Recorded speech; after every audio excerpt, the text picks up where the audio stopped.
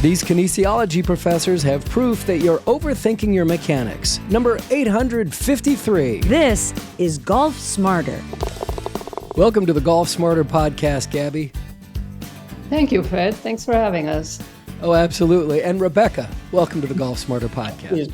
Thank you.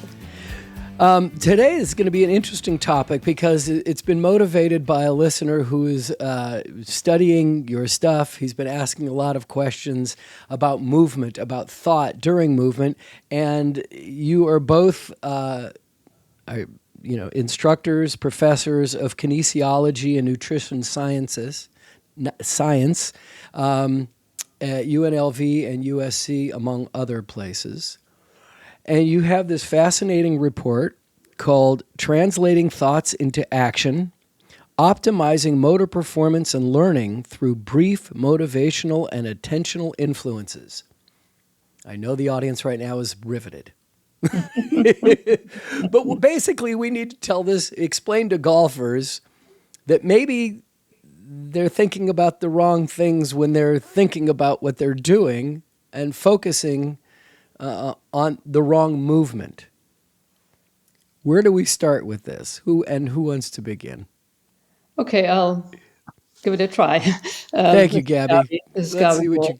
So you just gave the title of one of the many papers we have written in the last few years.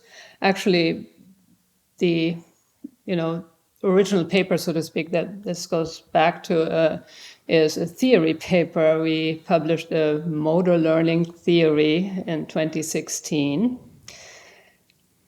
And we identified three conditions that are important if someone wants to perform movement skills well and learn them well.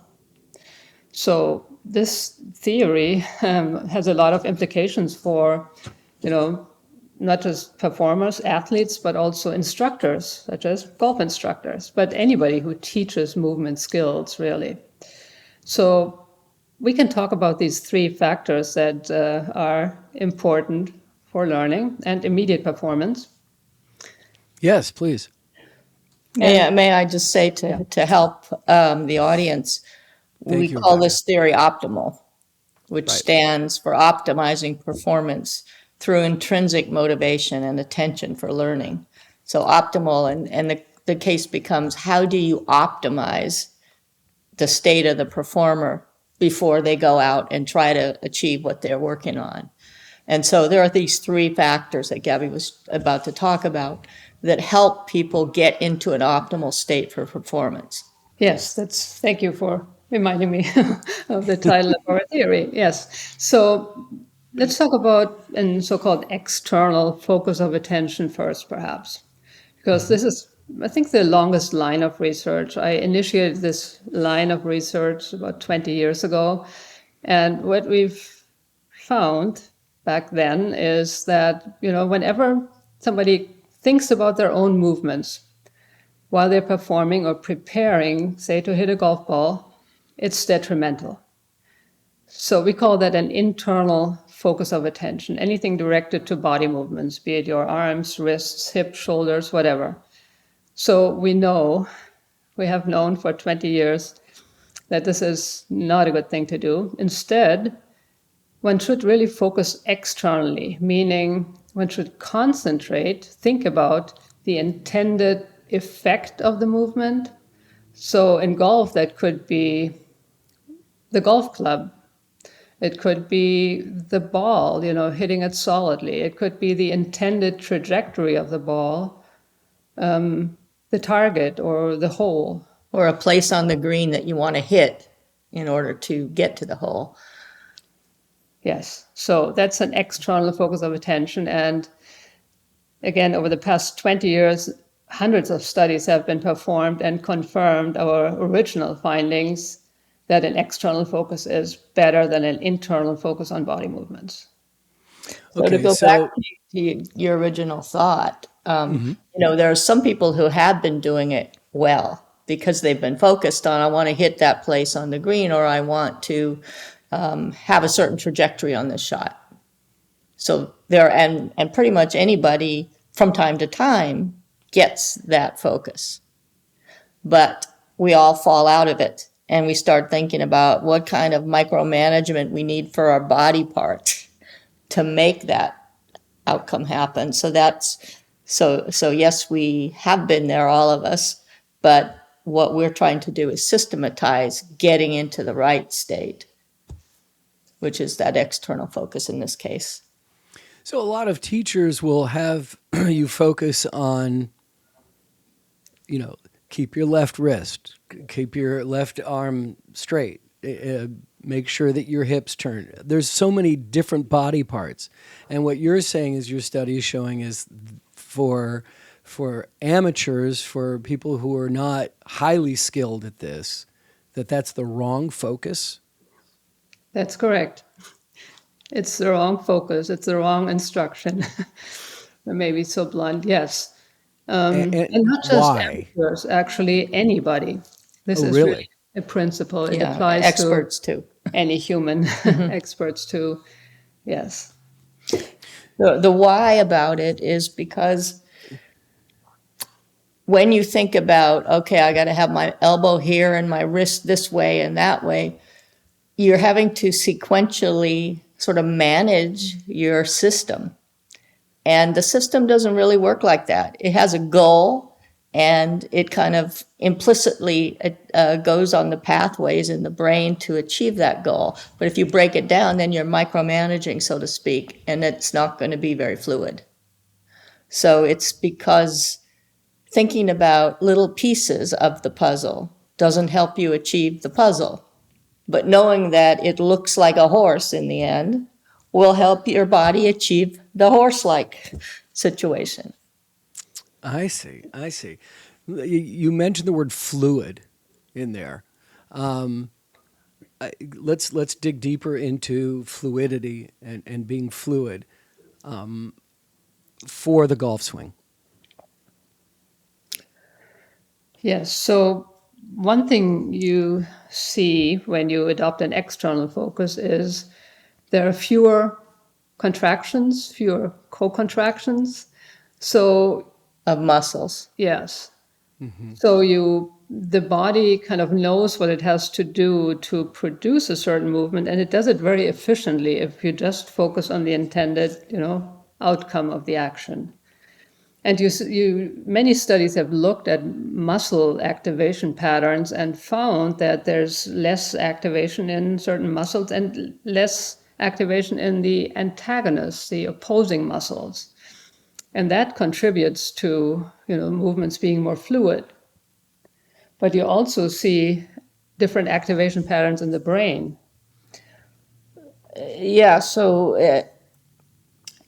people who are very skilled at something don't kind of run around their brains before they begin their movement sequence. They just, boom, go to the place they need to go. Their brain takes them there. The goal takes them there. So, you can imagine that, an antelope trying to escape a predator does not think, quick, extend the knee. They think, get to the other side of this crevice so that you're safe. And so, we really operate better when that's what we think about, the end state, the target for what we're trying to do. The brain has to pull all kinds of things together, vision, all kinds of information. So it's better if you let it take over implicitly, as long as you put the goal in mind, so to speak. Okay, we're getting somewhere. I'm starting to absorb this, but I want to take a time out, and we'll be back right after this word.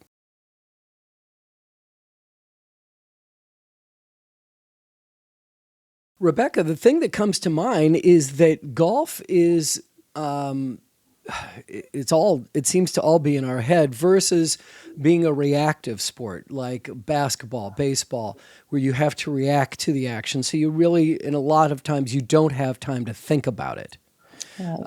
Where golf that's all you end up doing is thinking about the last one and the next one.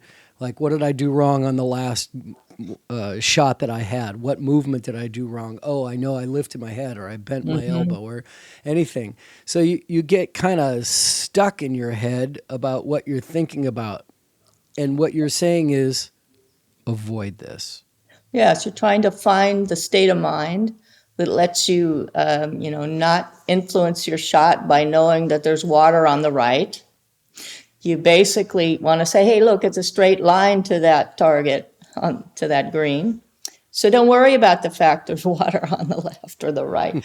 So really you have to clear your mind of all the junk that comes in after the last shot, after, last round, all of that. You want to clear your mind, and you want to come to a place where your mind is set up for a positive move that can achieve the goal. So that's really, you're trying to seek that place, and we talked about this external focus. So, for example, people could achieve that external focus, and there's no one right one.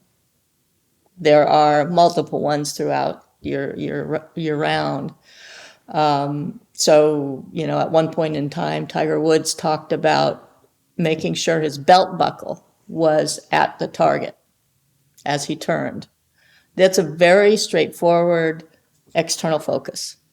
And then comes some time when maybe after an injury, people are particularly likely to bring some of the muscle and form thoughts into their mind as they're trying to return to play. So that's a time you definitely want to say, wait, not going there anymore, and focus on where you are going. So, there are very simple ways to get an external focus.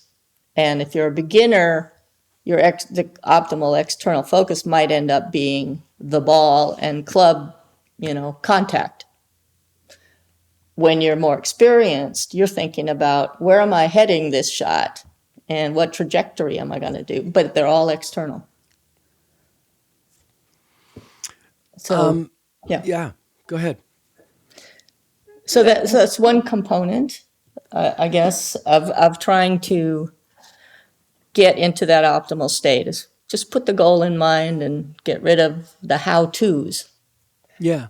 Actually, I was going to, sorry, Fred. I was going to say, go ahead, Gabby. You made an interesting point about having time to think. And I think that's one of the challenges of golf, Too much time. You have too much time to think. And one thing that humans do is they think about the movement. They think about what to do with their body parts. It's really hard to avoid that. Or they focus, they are insecure. They are, worried about their last shot and not doing it well this time. And so these worries, anything that makes you think about yourself, any self-related thought is detrimental. We have known that for a long time.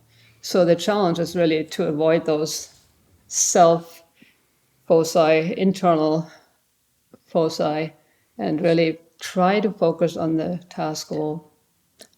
So right.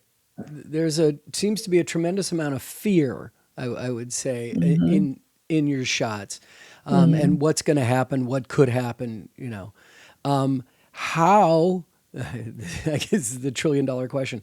How do you prevent this? How do you not think about these things? How do you get to that external focus? So I think one thing is to bring in the two other factors that we talk about, because they are helping you achieve a positive motivational state of mind. And when you do that, then it's easy to just focus on the goal. So the two motivational factors that we talk about optimizing have to do with providing yourself, or if you're an instructor, providing your pupils with just a small opportunity to make a choice or to have some autonomy in the situation. Now you might think, how could that help? We think that it has to do with kind of giving the brain a little flexibility. It helps us switch modes, and that's what we need to do when we come up to a new shot. Turn off the last thing and be able to switch to the front thing. So just a little opportunity for choice, even if it's, well, when teaching, which kind of instructional aid do you want to use? A rod on the ground, or, do we want to turn a metronome on, or do we want to get a reading of our, you know, shot speed? We make those choices. They're little choices. And it's not the content of the choice that matters. It's giving your brain a little choice. Are you saying it's a distraction? No, You're I'm looking for saying it's a distraction? reset. It's a reset of your, it allows the brain to switch gears. Okay. And we talk about it as facilitating switching between where you're thinking. So it's not a distraction. It's a little mechanism for the brain to go to the next thing. So you want to free it up so that it can go forward and not kind of be hung back where you were evaluating what you did. Right. So that's one thing. Give yourself a little choice. Yeah, You're and learning. as I was reading this, I got kind of stuck on autonomy. I wasn't exactly sure what you were trying to instruct me with autonomy. So let's dig into that a little deeper. Okay. Yeah, back to your question, Fred, you asked how do you get to that external focus, right? How do you switch off the self-related thoughts? And well, I think one thing is people need to know that an external focus is better, that they need to avoid these self-related thoughts. That's one thing, just the information is knowing this. But also, speaking of autonomy, often what I do is when I use the same iron for too long, I just switch clubs. And that provides this kind of reset. I decide to use a different club, and it usually goes better after that. I'm able to, get rid of these concerns about this club and not doing so well. I just start with a new one. Like if you're at the driving range, for example. Yeah, exactly. Something relatively simple, people change putters all the time. Yeah. One of the things, that little choice, like which one do I want to bring to the course today, is a little choice. But as they get up to the tee, they also have choices about, okay, do I want to take this over the trees on the left and try to cut off the dog leg? Or do I want to just make the more less risky choice and just take an iron, put it in the middle of the fairway? So that's a choice that people make before shots, but there could be really small choices. And they could be very, very small choices, and also almost incidental or trivial, if you will. I'm trying to think of one right now. What Well, we did in study. Oh, sorry. No, I was going to say is I can imagine being behind the ball, looking down the fairway going, okay, my choice is I want to put it in the fairway. I'm not thinking about the trees on the left or the water on the right. I'm just focused on, looking towards the middle of the fairway. And then I step up to the ball. Now, all of a sudden, that thought has disappeared because I'm looking down at the ball going, I just want to hit the ball well. I just want to come down on it. I just want to, make sure that I hit the divot in front of the ball as opposed to behind it. Right. So and again, I come back to distractions, and that's not a choice I want to make. Right. The distractions kind of sound undisciplined, if you will. Okay. It's like I'm letting my mind wander and go anywhere. I'm just going to an alternative that I've chosen. And so it lets me, kind of continue bringing all the pieces together in my mind that have to come for my body to come together. So in a way, it's systematic, and you are trying to put yourself into this state of being free and flexible enough to then focus on your new goal. So if you had to make a choice, okay, I could take it over the trees on the left, or I could hit a simple shot in the middle of the fairway. Won't go as far, but I could make that choice. And then that is a choice that frees you up. And then your next thing is your external focus. Okay, I'm going to go for that line against this tree. Go for the palm tree, you know. You know, this issue of autonomy is also something that's relevant for golf instruction, right? So, for instance, if you think about feedback, golf instructors give a lot of feedback, right? And oftentimes it's external, internal in nature, that's related to body parts. But aside from that, you know, instructors in general often give feedback when they think it's necessary. So one thing that many studies have shown is that if you let the learner, the performer, decide when they want to get feedback about their performance, it's a lot more effective. They learn a lot more than if the instructor just chooses to give feedback anytime they think they should. So if the instructor were to say, okay, Dave, I want, this next time, go ahead and take some shots at this target. Let me know when you want a little insight from my perspective. So then Dave says, okay, I was off that time. I think I want something. And interestingly, people ask for feedback when they think they've done well. Oh, wow. Because that is putting themselves, they kind of intuitively know it, I suspect. Can't say that for sure yet, but they intuitively want to place themselves in a better motivational state, a positive, rewarding kind of state of mind. And I'll give you a golf example that I found very helpful. Go ahead, Dan. All right, and I'm gonna get that example, but we're gonna take another break. And I'm fascinated because I want to talk more about instructors and what they are equipped with and what they're not equipped with. But I want to get your story after this.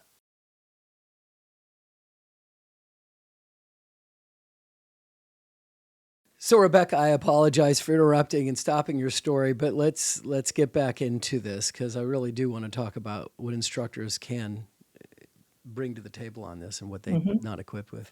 But so in this video that I happened to watch, this was a professional golfer, a winner of 68 tournaments, very strong professional golfer. Sure. And they had a strategy for warm-ups that I think it really nicely illustrates what you're trying to do to put your mind in the best state for performance. And that is, first they warm up on the putting greens with a short putt to make it, get started for the warm-up period. They progress to a little longer putt and a little longer putt and a little longer putt. And just before they're about to go out for their round, they go back and hit a short putt. Now, what that does is first you're building confidence as you increase the length of your putts. But then before you go out, you purposefully choose a putt that you will make so that you go out with that in your mind. So that's an example of putting yourself in a state where you have been, it's easy to think the positive, this is going to go well because you've put yourself back and taken this short shot. If you kind of do that almost religiously, you get into the system of putting your mind in the best motivational state along with the choices you make. So that was a choice to do that. It's also, you've built up confidence. So that helps you achieve the optimal external focus because it frees your mind up from thinking all these negative thoughts. You're more in control of your mind. You go to that place. Yeah, so that what Rebecca just explained is really, how you achieve confidence. And confidence actually happens to be the third important factor in our theory. So aside from an external focus and autonomy, confidence is really critical for optimal performance. And, this was one example of how that can be achieved by the performer themselves, but also, instructors need to be aware of the fact that I think confidence is critical. Oh, absolutely. I mean, playing with confidence is a completely different game. It's golden. But it's, it's how do you get there and how do you sustain it? is always the huge part of it. I want to ask you about instructors who aren't aware of this. Are they doing a disservice to their students by not understanding the external focus and how to gain confidence? Well, I think it's critical that anybody who instructs other people, that they are aware of these, findings. And these three factors that we've been talking about are really have been demonstrated. And so the importance of each factor has been demonstrated in so many studies. So I think it is critical that instructions promote an external focus of attention. So avoid any reference to body parts, yes. And there are different ways of doing that. Images are very helpful. So just focusing on the pendulum-like motion of the club, for example, or shirt buttons or belt buckles and so forth. So that's one thing, but also giving people choices, asking them when they want feedback, or just asking them in which order they want to use certain clubs, or what the order in which they want to use training devices. And believe it or not, having even a small choice makes people very happy. It really increases their, positive affect, as we call it, and it makes them confident. Studies have shown that as well. Yeah. I think, everybody in hindsight could say, ooh, I was not quite doing it the right way now that we happen to know that. But, science continues to find things that are going to be helpful for this situation. So I think it's a case of just saying, am I the kind of instructor that can adopt a new approach? Because I think I am. And therefore, I'm going to give it a try. So even those who have been heavily, engaged in tying someone up in knots inadvertently, which is exactly what some people do. But there are also, if you look around and you see who the popular instructors are, they are not the people tying them up in knots. That's they're doing that in spite of that fact. They may be performing well, but in spite of it. So if they were to switch, then, and even in a small way, I think they would see what would happen and it would be positive.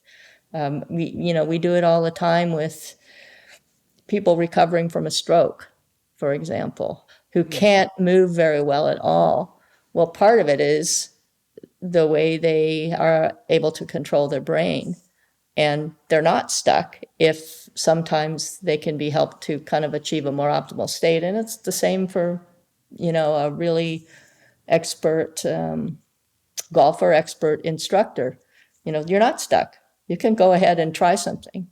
One thing that instructors can do is choose to help frame the situation for their learner. Okay. So for example, if I were to say, there's a target on the green, hit that, and I don't give any positive feedback about, yeah, it was pretty close, that was good, then what I've done is impose the ultimate target on somebody who may be a beginner. Mm-hmm. And so I would be better off to say, for a starter, in these first 10 shots, if you can get it within, a 3-inch radius of that hole, we'll say that's good. Right. And so I create this success for them early, and that fuels, we think it's dopamine in the brain that is operating, and it fuels the motor system, frees it up, and gives it the ability to connect better with speed and strength and accuracy, actually, all of those. And so that's, one of the things an instructor can do is choose to start off by creating some early success and maybe letting the performer say when they're ready to up the ante a bit. And that's a choice they've just brought into play. And it's also creating the successes that build confidence. So, That's the kind of way an instructor could start, by just kind of backing off the hypercritical place where they might, somebody really experienced might be there, but the learner is at a different place. And so they need success to fuel their system to perform best. Yeah. Okay. Not easy, but, moderately challenging. And not easy to do either, if you have that sense that, oh, I'm supposed to be kind of controlling in how this happens. Yeah, that success experience is really critical for learning, and anything an instructor can do to give students, that experience is very important. It'll pay off. Again, giving feedback to correct them so that they don't learn the wrong movement, is not a good thing, or consistently, continuously, correcting something. People want to feel successful, and as Rebecca mentioned earlier, when people have a chance to ask for feedback, they choose feedback when they thought they had a good shot, just to confirm that they did well and to get this confidence. And so there are many different ways. And the more successful they feel, the more likely they are to seek out more detailed feedback about what they succeed. do differently. Yes. So they just need that platform of, I can do this, so that they choose to do more, choose to take it farther, and that kind of thing. Excellent. All right, one more quick break. We'll be right back.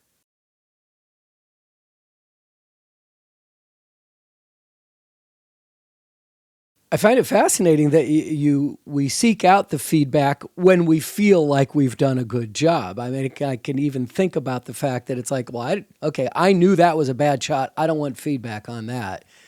Right. That one felt good. What did I do right? Please give me feedback there. Mm-hmm. Exactly. That positive feedback is so important. Yes, highlighting the good things, not just correcting what's still not, great. You're trying to, really fuel your brain to make good connections. Mm-hmm. And it needs the fuel of a reward in the future. So, right. Yeah. Right. So is the learner overwhelmed with information? And, when they're getting this feedback, is there too much coming in generally? I would probably say yes. Yeah. I think so. Instructors give a lot of feedback. It's often overwhelming. And then you have this problem that when you're about to hit the ball, you have all these thoughts about all the things you need to do. And it just, it's not going to result in a good outcome. You need one clear external focus, ideally, one thing to focus on. And too much feedback is detrimental. So sometimes I don't know if it's information overload, but it's more what happens when we get all that information. Oh, I must be doing something wrong. It turns into a hypercritical situation instead of maybe an overload per se. So basically, you would like to keep the negatives out of the story if you can, until, and I do think people fear that learners will just do the things they do well and they won't try something. But if you make them feel capable, then they will try the next level up and the next level up. And we see this all the time. They are engaged in getting better, so that they will ask for what should I do here? And when you turn it around to them and you say, what do you think? What happened there?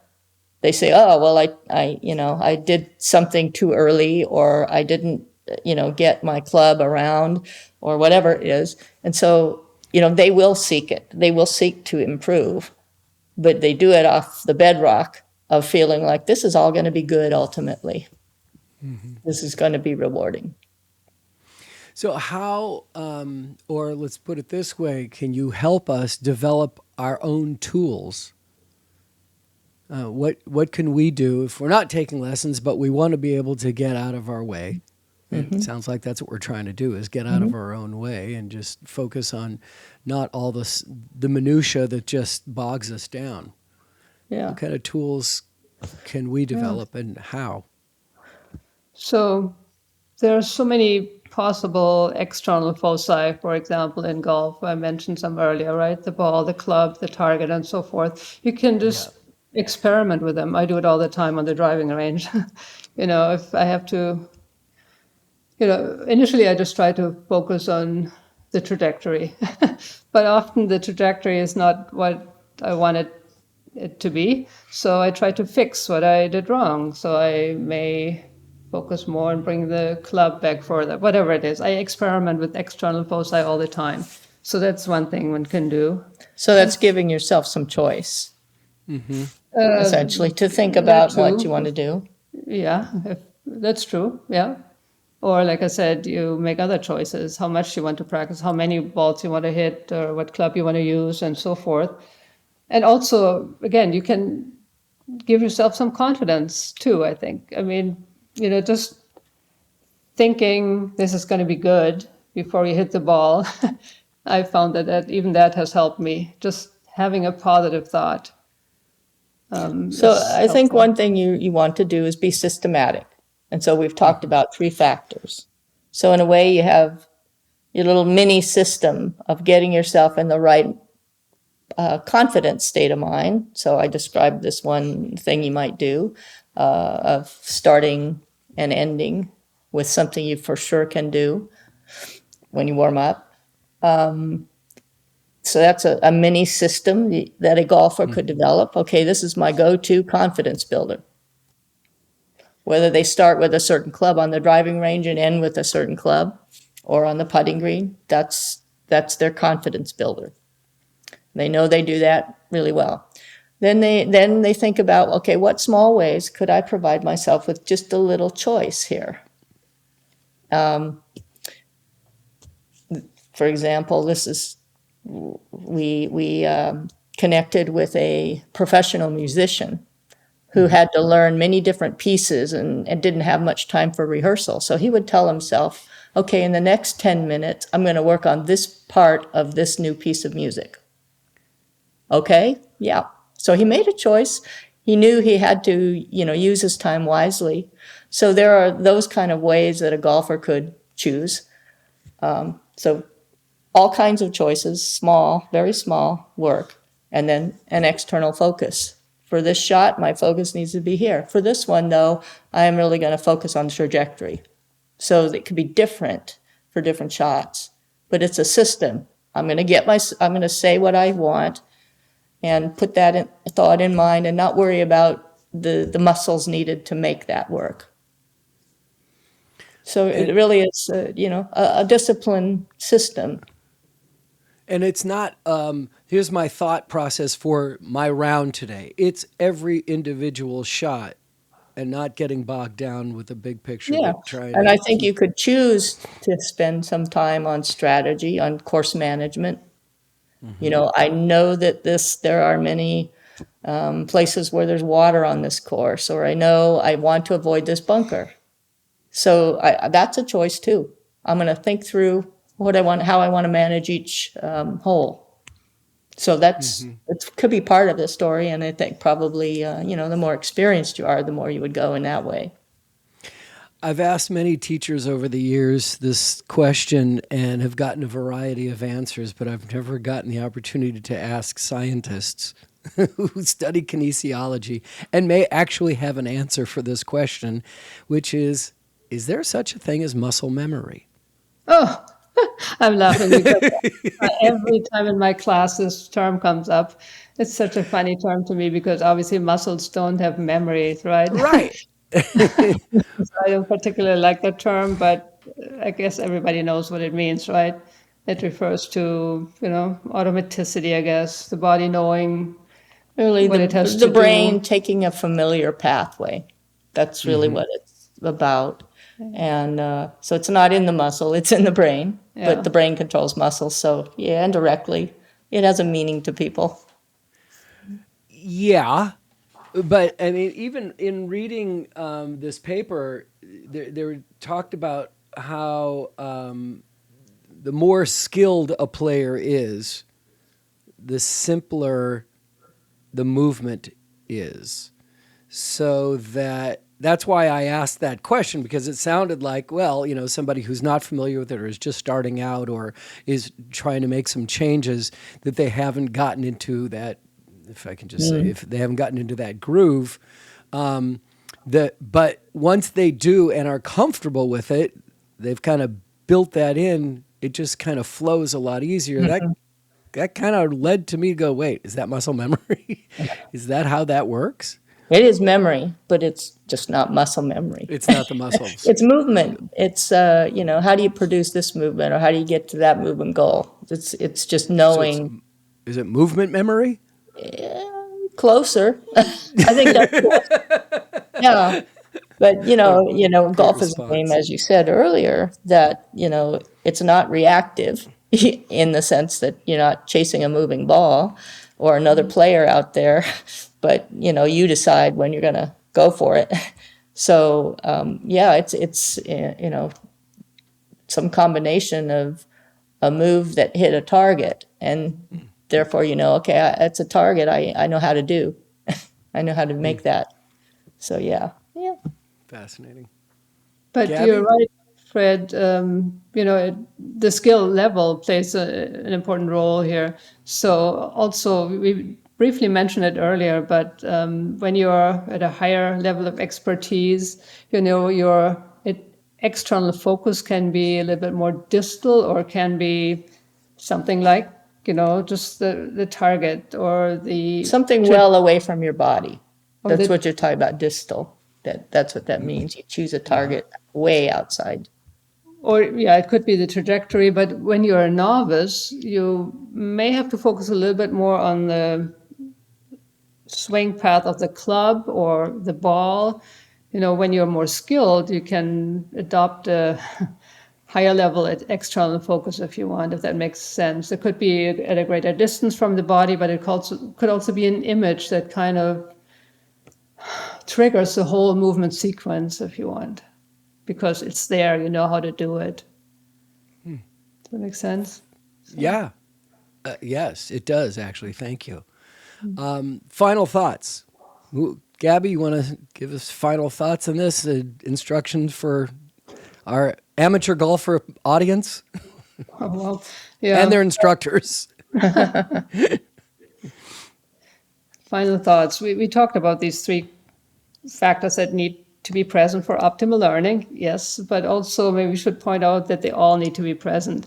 And I say that because we have done studies, other people have done studies that really show that an external focus and autonomy and confidence have additive effects. So they all contribute a little bit to optimal performance.